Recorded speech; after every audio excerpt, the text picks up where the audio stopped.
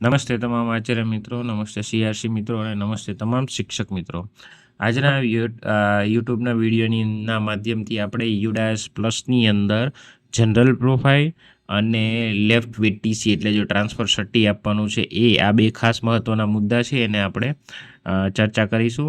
તો સૌપ્રથમ તો લોગિન કરી લેશું અને એની અંદર 26-27 ઉપર ક્લિક કરશું એટલે આપણે તમામ મિત્રોને ખ્યાલ છે.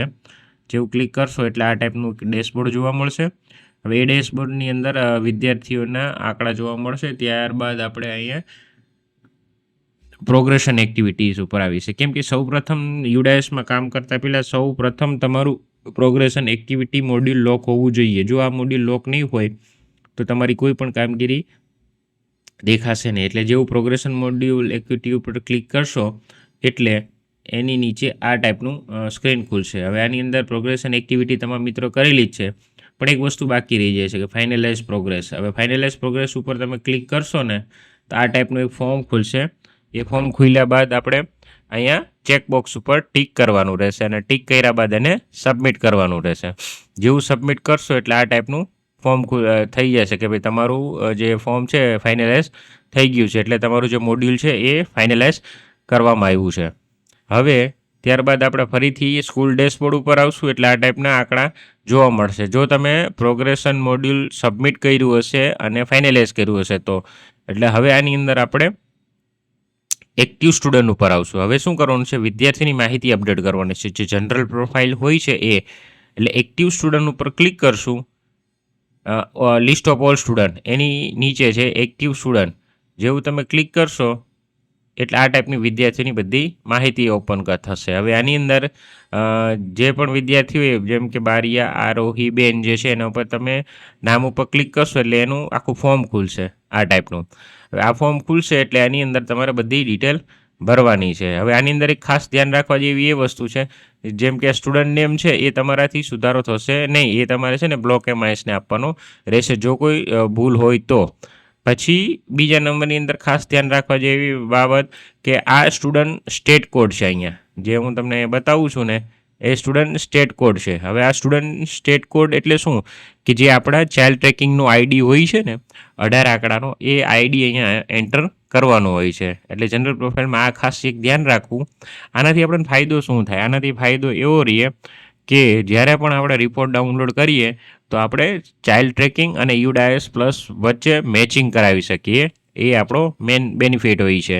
એટલે જેથી કરીને આપણે પેલું નામમાં જોવું ન પડે અને સીધું સ્ટેટ કોડથી વેરીફાઈ થઈ શકે કે આ બાળક ચાઇલ્ડ ટ્રેકિંગમાં આ નંબરથી રજિસ્ટર થયેલું છે.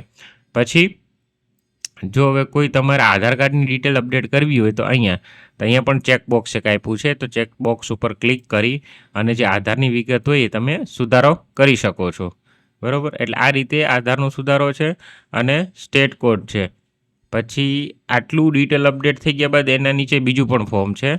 એટલે આ ફોર્મ છે. હવે આની અંદર પણ જે ઇન્ફોર્મેશન હોય, જે માહિતી એ આપણે બધી અહીંયા સેવ કરી દેવાની છે જે લાગુ પડતી હોય એ પ્રમાણે. પછી સેવ કરી અને જનરલ પ્રોફાઇલ થઈ જાય ત્યારબાદ છે ને એનરોલમેન્ટ પ્રોફાઇલ આવશે. હજી આપણે ચાલુ નથી થઈ, અત્યારે જે વિડીયો રેકોર્ડિંગ કરું છું ને એ સમયે. અગાઉ ચાલુ થઈ જશે તો એનો પણ હું વિડીયો તમને આપીશ.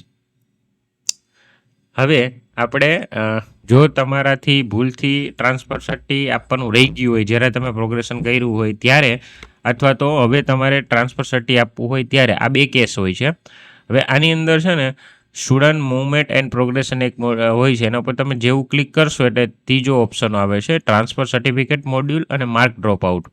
હવે અહીંયા જેવું તમે ક્લિક કરશો એટલે ફરીથી આવા બે બોક્સ આવે છે. હવે આ બે બોક્સમાં શું કહેવા માંગે છે? એક તો જો પ્રોગ્રેશન કરેક્શન, એટલે તમે જે પ્રોગ્રેશન આપેલું હોય એમાં જો કરેક્શન કરવું હોય એટલે તમે જ્યારે પેલું આગળ ફોર્મ સબમિટ કરી દીધું ને એવી સબમિટ કરી દીધું, પણ હવે એમાં કોઈ એક બાળક કે બે બાળક એનું ટ્રાન્સફર સર્ટી આપવાનું બાકી રહી ગયું તો શું કરું?